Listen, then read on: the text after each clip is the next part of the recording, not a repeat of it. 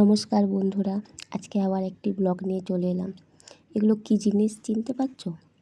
চিনতে পারবি বা কী করে? অনেকে পারছে বা অনেকে পারো না।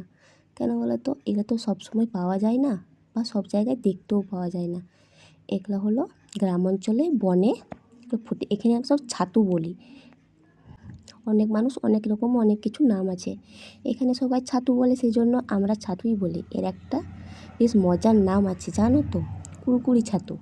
এই দেখো, আমি সময় নষ্ট না করে ছাতুগুলো কাটতে বসে গেলাম। আমার ছাতুগুলো কাটাও হয়ে গেছে। এরপর এগুলো নুন জলে ভিজিয়ে রেখে দেবো। কারণ কি বলো তো? বনের মধ্যে থাকে তো, মাটির তলায় থাকে, অনেক রকমের জীবাণু থাকে, সেই জন্য নুন দিয়ে দিলে অনেকটা পরিষ্কার হয়ে যায়। এভাবে চটকে চটকে ধুয়ে দেবো। তারপর খানিকক্ষণ রেখে এগুলো জল ঝরতে দিয়ে দেবো। এগুলো একটা এমনই জিনিস জানো তো, পয়সা দিয়েও তুমি কিনতে মিলবে না। অনেক মানুষ এগুলোর জন্যে তো কী বলবো, বাজারে যখন প্রথম আসে আমাদের এখানকার মানুষ যেমন হামলে পড়ে ওটা কেনার জন্য। কেন বলো তো? এটা এতটাই স্বাদ, এই স্বাদের তুলনাই হয় না। তারপর কি বলো তো, এটা তো সব সময় পাওয়া যায় না, সিজন অনুযায়ী পাওয়া যায়। সেই জন্য প্রতিটা মানুষ এর 500-600 টাকা করে কিলোও নেয়, জানেন তো? সেই জন্য এর প্রতি একটা আলাদা আকর্ষণ থাকে আমাদের গ্রামের মানুষের। অনেক মানুষ আবার সকালবেলায় চলে যায়, ভোরবেলায় জঙ্গলের মধ্যে যেয়ে কুড়িয়ে নিয়ে আসে। যাই হোক, ছাতুটা আমি ভাজতেও দিয়ে দিলাম। একটু হলুদ দিয়ে অল্প করে ছাতুটা ভেজে নেব। বেশি ভাজলে আবার এটা শক্ত হয়ে যাবে, এর টেস্টটাই নষ্ট হয়ে যাবে। সেই জন্য আমি একটু, যে জল বেরিয়েছে এই জলটা মরে গেলে হালকা করে একটু নেড়ে চেড়ে এরপর নামিয়ে নিলাম। দেখো, এটা তো সবাই জানে না, সবাই বলবে এটা আবার কী জিনিস যে দেখাতে হবে। কিন্তু দেখো, এটা তো সবাই সব কিছু জানে না। গ্রামে শহরে অনেক মানুষের অনেক জিনিসের ফারাক থাকে। সেই জন্য গ্রামের মানুষও জানতে চায় শহরের মানুষ কী করে, শহরের মানুষও জানতে চায় গ্রামের মানুষ কী করে। সেই জন্যেই তো। যাই হোক, আমি এরপর তরকারিটা বসিয়ে দেবো। সামান্য একটা শুকনো লঙ্কা দেবো, কারণ বেশি লঙ্কা দেবো না, বাচ্চারা খাবে তো। সেই জন্য শুকনো লঙ্কা, জিরা ফোড়ন দিয়ে হালকা করে নেড়ে এরপর এর মধ্যে পেঁয়াজ কুচি, আদা রসুন কুচি। যে কোনো তরকারি করতে তো সব কিছুই প্রয়োজন হয়, তো সবাই জানে আদা রসুন পেঁয়াজ না হলে তো কোনো তরকারিই হবে না। তবুও কী বলো তো, প্রতিটা মানুষের রান্নার ধরন, মানুষের তরকারি কষানোর ধরন অনুযায়ী আলাদা আলাদা টেস্ট হয়।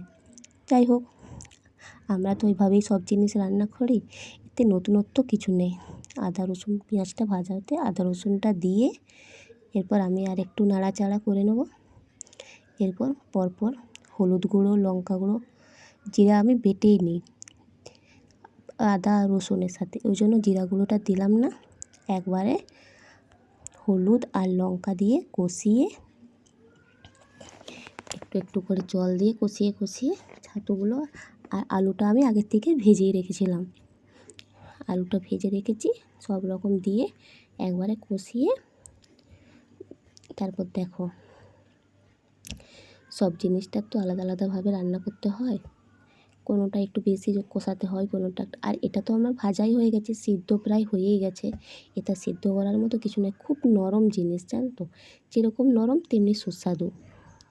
সেই জন্য এর স্বাদটাই আলাদা। আমাদের বাড়িতে সবাই খুব পছন্দ করে, কারণ এটা তো সিজনে একবারে হয়। আমাদের পাশে অনেক রকমের ছাতু হয়। আর একটা আছে না, পুরো ব্যাঙের ছাতার মতন, সেটারও আরেকটা নাম আছে, এখানে শিক ছাতু বলে। সেটা হচ্ছে অষ্টমীতে হয়, জন্মাষ্টমীর পর থেকে সেই ছাতুটা ফুটে, জানো তো? সেটার একটা আলাদা স্বাদ। ছাতু অনেক মানুষ বলে ছত্রাক, কিন্তু ছত্রাক নয়, সেটা ভালো করে রান্না করলে তার একটা আলাদা স্বাদই পাওয়া যায়। যাই হোক, আমার মশলা কষানো হয়ে গেল। এরপর একে একে আলুগুলো আর ওই ছাতুগুলো দিয়ে আমি ভালো করে কষিয়ে নিয়ে এরপর একটু ভাজা ভাজা হবে, মশলাটার সাথে ছাতুগুলো দিয়ে দিলাম। এরপর আমি কষিয়ে নিয়ে ভালো করে একটু কষিয়ে নিতে হবে, কারণ এই ছাতুটার তো একটা গন্ধ আছে না, সেই গন্ধটা যতক্ষণ না বের হচ্ছে। এরপর আমি জল দিয়ে একটু ঢাকা দিয়ে দেবো, যাতে একটু সিদ্ধ হয়। এই দেখো, ছাতুটা একবারে ভাজা হয়ে গেছে। এই যে জল দিয়ে দিলাম, জল দেওয়ার পর একটু ফুটে গেলে এই দেখো তরকারিটা প্রায় সেদ্ধই হয়ে এসছে, আলুটা। এরপর আর একটু নাড়াচাড়া করে এরপর আমি দেখবো আর একটু নাড়াচাড়া করে এরপর এটা আমি নামিয়ে দেবো, গরম মশলা দিয়ে নামিয়ে দেবো। এই দেখো ছাতুর তরকারি আমার রেডি। কেমন আমরা খাওয়া দাওয়া করি, তোমরা আমার ভিডিওটা দেখতে থাকো।